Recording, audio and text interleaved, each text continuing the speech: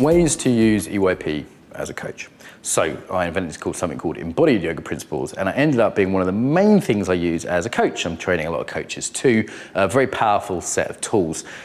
You'll see on the other videos on this channel various postures there, various ways that you can use it. I mean, here are the main ways. So the first one is of yourself, and there's two levels to this. One is your own embodiment as a coach. So we need to work on ourselves over time. Maybe we're trying to be more authoritative or more generous or more self-care. There's postures for lots of different things. And building our way of being, our embodiment over time as a coach. All your coaching comes from that. This is an embodied coaching perspective. I think people dramatically overestimate techniques and underestimate the person doing the techniques. We also have state change in the moment.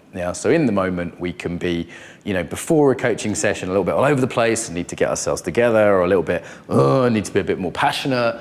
We can make ourselves more generous. There's a video I did on yoga postures for yoga teachers before class, which is very similar. So how do we prepare ourselves before class and also during the coaching, right? Like if maybe I'm getting a bit defensive and I'm not listening to my coachee, and I just do a subtle yes posture, do a subtle opening, maybe just take my hands slightly to the side or relax my spine a little bit.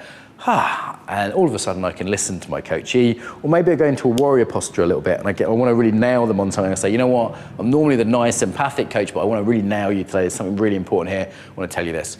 And you go into that slightly more warrior mode in a micro posture version of the macro postures that you again look at the other videos for micro postures to see what that is. It's a small version of the big posture that we practice. So your own state you can shift before, during, and of course after, to let go of the session or rest or whatever it is, bit of self-care, whatever it is after the session. And then we have our client. So we're influencing our client through our own state the entire time.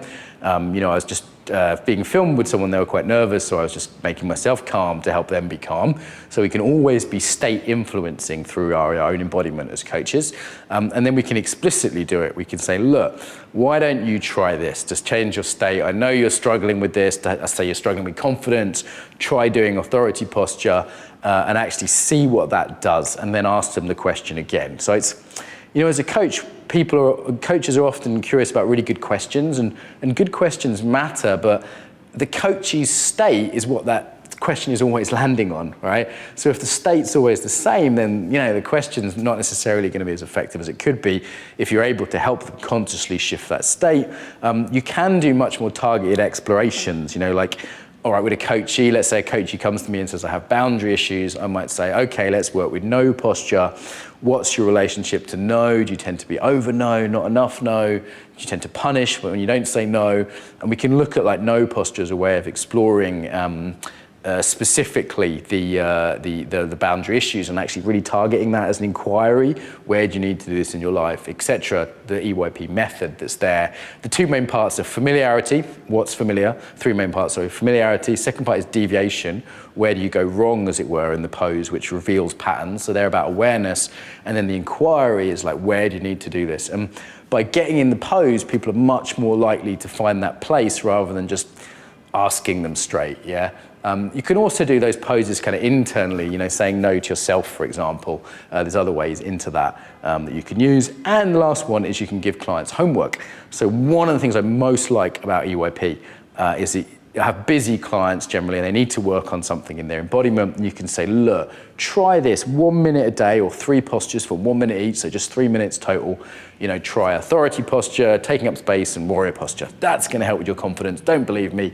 Give it a go. 5 days a week, 1 minute each every day. See what happens. And it's a really good, doable, concrete little bit of embodiment homework that's fairly straightforward for people to do. So that is, as a coach, why I like using EYP.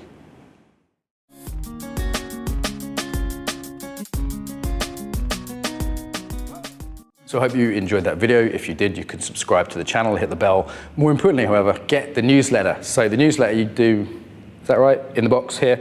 Okay. So why you would want the newsletter? So you hear about the best videos, so you actually ask me questions, you can reply to the newsletter, I'll reply. You can hear about events, teacher trainings, other things that are happening, and stay in touch more reliably. So newsletter there.